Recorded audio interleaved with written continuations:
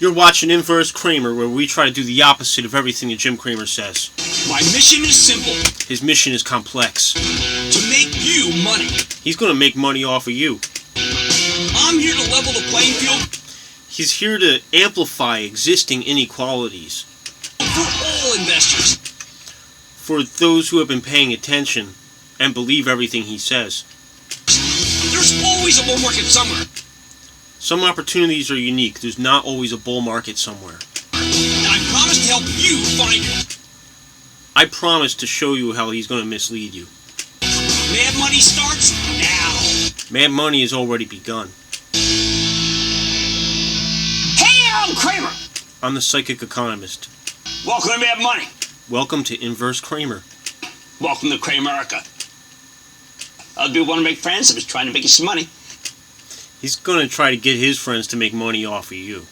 He's working for a big media conglomerate, okay? So there's things that he's not allowed to say. And the moves that he makes in his fund, he's not going to be able to tell you about anything he does until after he does it. My job is not just to entertain you, but to educate and teach you, so call me. He's an entertainer. At 1-800-743... Don't call him. CBC, or tweet me at... Don't tweet him either. Jim Cramer. Is the economy too strong for Washington to pass another stimulus bill? We're in a split-screen economy, so in some areas it's going to look like everything's, going great, but in some areas, man, there's people not doing so good. I read on Facebook today of somebody on the verge of losing their business completely. I'm not going to get into details. It's bad out there. Are we in such good shape that we simply don't need the money? Is that the gamble our government's making, or are we merely dealing with partisan gridlock? It's a little bit of both. I mean, if you're against using the government as a tool to help people, then, yeah, that just shows where you're at on the political spectrum. After a day where the Dow inched up 2 points, S&P advanced 0.52%, and the Nasdaq jumped 1.21%, well, this is something we're now going to have to start thinking about. See, 6 months ago, the world looked like it was ending, and everybody in Congress had an incentive to reach a compromise. Now, though, the economy is in much better shape, and both sides have an incentive to be more stubborn. At least on the surface, okay? Because in reality, there's people out there who, they gave us $1,200 for 6 months. Most of the people who were on the margin have already been evicted. They get to blame each other in the run-up to an election. But as Speaker Pelosi told me this morning... He did speak to Pelosi this morning. In an earlier episode, he does say, if you get Joe Biden, you're going to get higher capital gains tax. And that was framed as a bad thing. So, we might be revealing where he's at on the political spectrum. The possibility of a deal is still on the table. Still, I took her full statement as a sign that getting a deal done could be extremely difficult. Yeah, it could be extremely difficult, but not impossible. We might get another stimulus. I'm saying this purely in my capacity as your investing coach. Without a stimulus... You're not our investing coach. He's an entertainer, okay? You watch Jim Cramer for entertainment purposes, as you watch this show for entertainment purposes. This is 3 times leverage Inverse Cramer, okay? So, as a hedge, you get to... Stimulus deal, there will be a ton of private company losers, and we could be in a much... That's true. There will be a ton of private company losers if we don't get the stimulus soon. Much worse place a year from now, even if we get a vaccine approved by the end of the year. Too many struggling small businesses, they can't wait that long. Now, if you've got a white-collar job that you can do from home, you might not even realize how bad it can be out there. Okay, that's true. So far, he's just telling it like it is, because he's got to get you to trust him, okay? Jim Cramer doesn't traffic in lies. A lot of what he says is on point because he needs to... if he was lying about everything, nobody would watch him. He has to be right about just enough to earn your trust. The future's fine for anyone who can work from home, whether we get another bailout or not. But for millions of Americans and their families who work in retail or restaurants, the future's very grim if we don't get a deal. Think about all the coffee shops and diners and luncheonettes and fancy restaurants. Their cost structure is really out of whack. Especially in a world where they can only operate at maybe a quarter or a third or maximum half capacity. I don't have an exact number, but worst case, something like 15 million restaurant and retail jobs could be at risk. He's still just saying it like it is. He's just telling you what's going on. This is all truisms kind of stuff just to get you to feel for him. The Paycheck Protection Program? money's run out a long time ago now. I don't know how these businesses are hanging on. Most aren't from where I'm around, but maybe around the rest of the country, but they got to pay the rent, their electric bills, their insurance, and it's going to get cold. So all those seats outside are going to go away. Now, once again, alluding to having a tough winter. Now, I know this. The stock market doesn't care about small business. It's not heartless. It just don't. Hey, you ever hear of the Russell 2000 index? Come on. Don't trade them. There's real rot underneath this economy. You just can't see it in the averages because the rot is unevenly distributed. And with the rally in tech masking everything, you might not see it at all, especially after Adobe, which has such long tentacles, reported a quarter that exceeded even the most bullish of expectations. And I've been telling you all week that one was going to be a good one. And I've been telling you all week Adobe was going to be a good one. Whenever he drops anything's name, you got to not buy that tomorrow, okay? But there's going to be people out there who trust everything that he says, and they're going to hear that, and they're going to be like, oh, well, Jim Cramer said that Adobe was a good buy, and it performed well, so I'm going to give it a try. You don't want to be on the other side of that kind of... It's easy to be confused about how the economy's doing. The transports are on fire right now. That tells you commerce is getting stronger, not weaker. All aboard! FedEx just reported a magnificent quarter to the close. That sent the stock in this trap. FedEx, he's mentioning FedEx again. It's already up 100 points where it was really in the heat of the pandemic. We're also beginning to see a turn in the auto market. It's nascent. We got a home builder on tonight, Lennar, that reported a series of incredible numbers last night with an excellent forecast. Lennar builds homes in 33 of the top markets in the United States, and supply is tight in nearly all of them. We have ancillary markets like plastics, lumber going through the roof, appliance sales, amazing. Okay, don't buy auto either, okay? Because he just said that auto's good. Usually when he tells you what stocks are good or what companies are good, it's usually a little too late. I mean, it might still be a good buy, but the time to get in would have been weeks or months ago. So, it might not be wise for tomorrow to be buying things based on that recommendation now that he has said it. Either that, or he looks at some things that did well in the past week and he has to bring those up to say, hey, this is an example of things that are going to continue to do well regardless of this yada yada yada. He needs to implant that Adobe and FedEx are going to survive whatever goes on.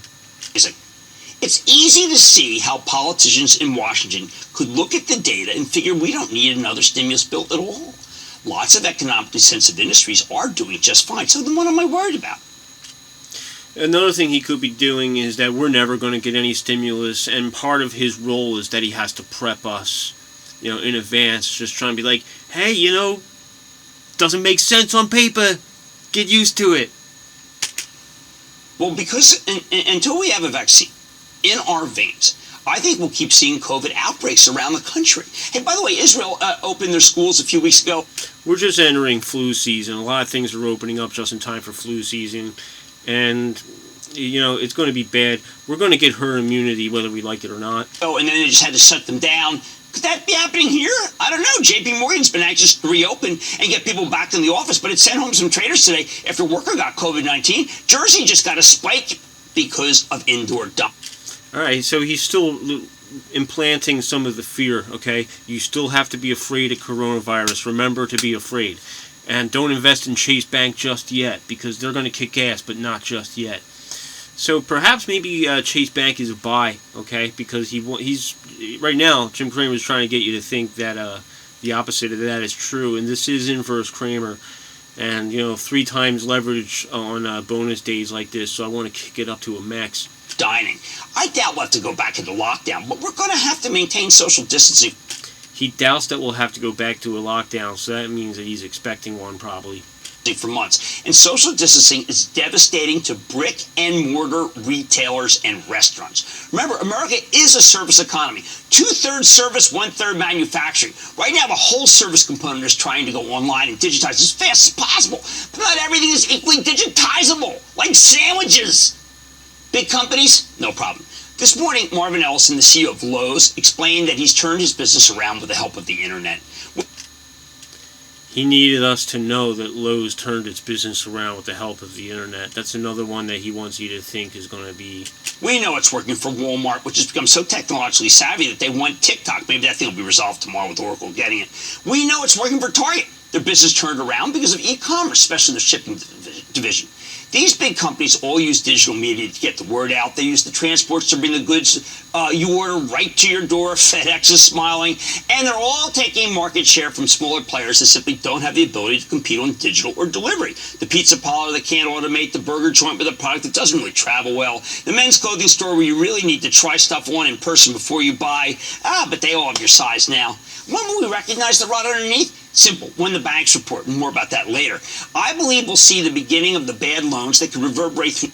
Okay, he's beginning to really dig into the emotional manipulation here. He really wants to get you to be scared and claustrophobic again. Through the whole financial system. Right now, there are rules that keep most people from being evicted, although the strength of those rules varies from state to state. There's pressure for the banks to show forbearance and grant extension, but that's only going to take so far.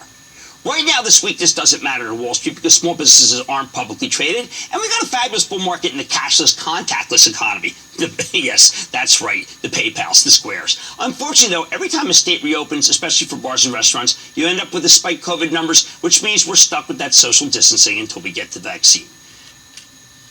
Man, that's what this is about, isn't it? You know, he's trying to get you to not get too excited about some things. And he wants you to still remember to be afraid of the virus and stay inside and don't get back to work yet. Which is why I keep coming back to the first point. I think we do need a stimulus bill very much. Yeah, we do need a stimulus bill. And he's saying we need one. So we're supposed to trust him. To save these small businesses, put food on the table for these people. But the rest of the economy might be too robust for that to happen. It's tough to make the pitch that we need a bailout when so many stocks are making new highs. Yeah, we're not getting a bailout, and he's trying to prep us for that. But the bottom line is that a vast swath of America still needs help. And if we don't get it, the future looks grim for small business and anyone who works for a small business. And that's... Again, with the fear-mongering, he's trying to get you to be afraid. Millions of people who are going to be in trouble. Oh, one last very important thing. Earlier today, when I talked to House Speaker Nancy Pelosi on Squawk on the Street, I made a very stupid comment. It was a tongue-in-cheek attempt to make a point about the harsh tone of the negotiations in Washington. He called her Crazy Nancy. And although I disagree with Nancy Pelosi politically sometimes, you might not want to call a woman crazy, especially to her face, especially on TV. I don't know what that was about. I mean, he was quoting Trump or the Treasury Secretary, but still, it was very not the right thing to do. And he's apologizing right here, which is important because Twitter is very angry at him. But I felt completely flat, and I apologize for that. As I said immediately after the comment, I want to make it clear that I have an incredible amount of respect for both the Speaker and, of course, the office she holds. He doesn't have any respect for the Speaker or the office she holds. Dean in Washington, Dean. Booyah, Jim from... Okay, don't say booyah to Jim Cramer. You're enabling his appropriation. From the great state of Washington. Oh, fantastic! I hope that you're not so that you're not with. These calls are so awkward. With the fires, as where the town that my daughter lived at in Oregon burned down. Jesus, this is horrible. Oregon got hit bad. This is really horrible. Bad. Well, how can I help you? UPS. Have you heard anything about management changes lately?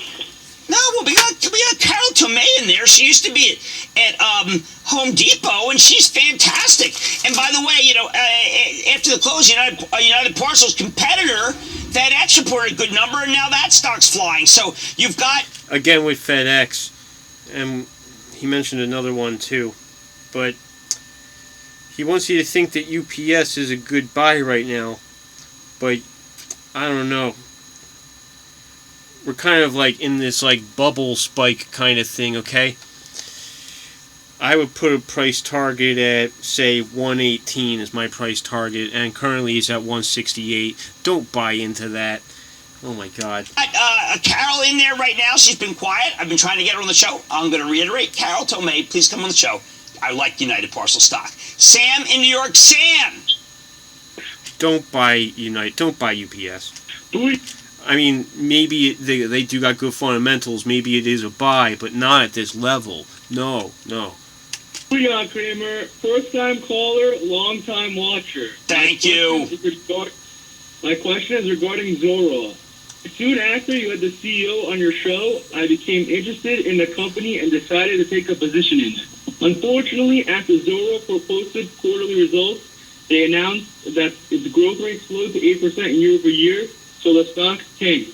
I've been buying more shares on the way down, and I wanted to get your opinion on where you think Zoro will be in the short and long term. I think that there are competitors that are in that space now that weren't when Zoro pioneered the space. And when Zoro was all alone, it was doing terrific. But now there are others that are doing as good a job or better, and it's price competitive. And that's why I don't know if that stock can turn around. Okay, that's all wrong. Okay, Zora didn't. They're a software as a service kind of company, and in that realm, they still got so much room. There's a big pie for everybody. There's plenty of room for everybody. And you look at the Zora chart, and we got a bunch of steep sell-offs. There's about maybe like 4 of them. And, that could just be one really, really big fish, and this thing doesn't have enough volume to really support those. So maybe the thing's too new, you got to give it some time.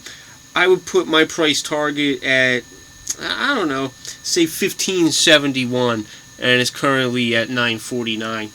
But you got to look up the fundamentals. Let's go to Lucas in Minnesota. Lucas. Hey, Professor Cramer. How are it's you? Really good to see tech crawling its way back. But I'd like to talk to you about some tech from our baby boomer boyhood. How do you feel about Tupperware? This thing's made a remarkable comeback. I mean, this thing was just killed. And so what that says to me is, look, be careful. This thing goes down, goes up, but it did have a good last quarter. I don't know how it got down to 5. I got to do some work on this one because we used to, it was in the 80s. Let's find out. I hope I don't mispronounce this. I hope it was in the 80s. In the 80s, my mother and her friends would have Tupperware parties. They would. That's kind of like multi-level marketing scams. They had that kind of thing going on for the product to get out. And Tupperware was very important for a while. Here's the 5-year chart. Notice that Tupperware has just been on a steady decline up until about the time of the coronavirus. So this comeback that he's talking about since the coronavirus, that little down blip right there, all of this is speculative. It's not real. I'm going to put my price target at 162. And right now it's at 26. I think it's all fake.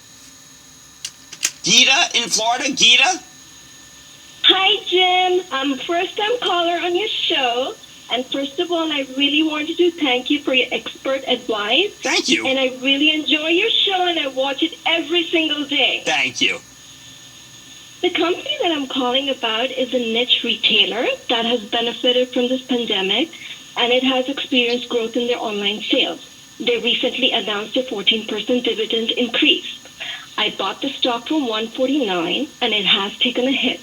What is your take on Tractor Supply? I think Tractor Supply is a marvelous long-term growth story, and we don't care about where the stock came from. We care where it's going to, and over time, I think you'll be very, very well served by owning the stock of that incredibly fine retailer that caters to farmers and gentlewomen and gentlemen farmers. Okay, there's a real... And that's essentially an advertisement for Tractor Supply stock. I don't know if you heard that. I mean, he's really laying it thick. He definitely was handed a script for that one.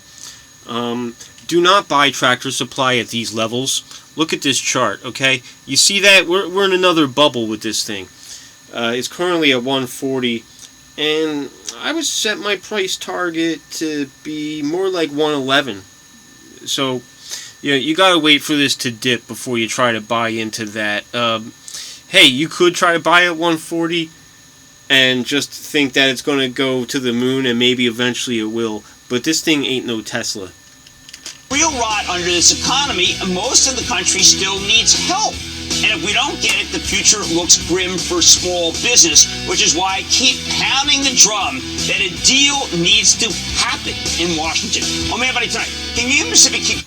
He's trying to keep you, keep your faith going, because you really should abandon ship and get the hell out of here. But if you have faith that a stimulus check is coming, then we're just going to keep thinking stocks are going to keep going up, and the economy isn't going to catch up. chugging along in an uncertain market, I'm sitting down with the CEO to find out what he's seeing. Then Lennar beat earnings expectations, but its stock still dropped after the report. I'm sitting down with the CEO to find out if it's a buying opportunity. And I'm going off the charts and looking at 3 strong names that have been flying modestly under the radar to see if they have more room to run. So stay with Cramer. Don't miss a second of Mad Money. Follow @Jim Cramer on Twitter. Have a question? Tweet Cramer. #MadTweets. Send Jim an email to madmoney@cnbc.com or give us a call at 1-800-743-CNBC. Miss something? Head to madmoney.cnbc.com. Okay, don't call him, don't tweet him, don't text them, or do anything. You should probably troll him, okay? Thanks for watching. This is Inverse Cramer. I'm not a licensed financial advisor, and I do not give financial advice. But neither is Jim Cramer. He's just an entertainer, and so am I. But, for your entertainment, what we're trying to offer you is a leveraged inverse of whatever Cramer's trying to get you to do. So you can use this, do your own research, and you may or may not, doing your due diligence, incorporate the inverse of Cramer as well as the Cramer, okay? I don't know if you're the kind of person that wants to buy, sell, or trade the next day based on what the Jim Cramer show is doing, but there are people out there who behave like that. So you're up against those other players in the market. You might want to know what they're doing, so maybe you could be on the other side of a trade here and there. You do you, but I can't give you advice. But thanks for watching.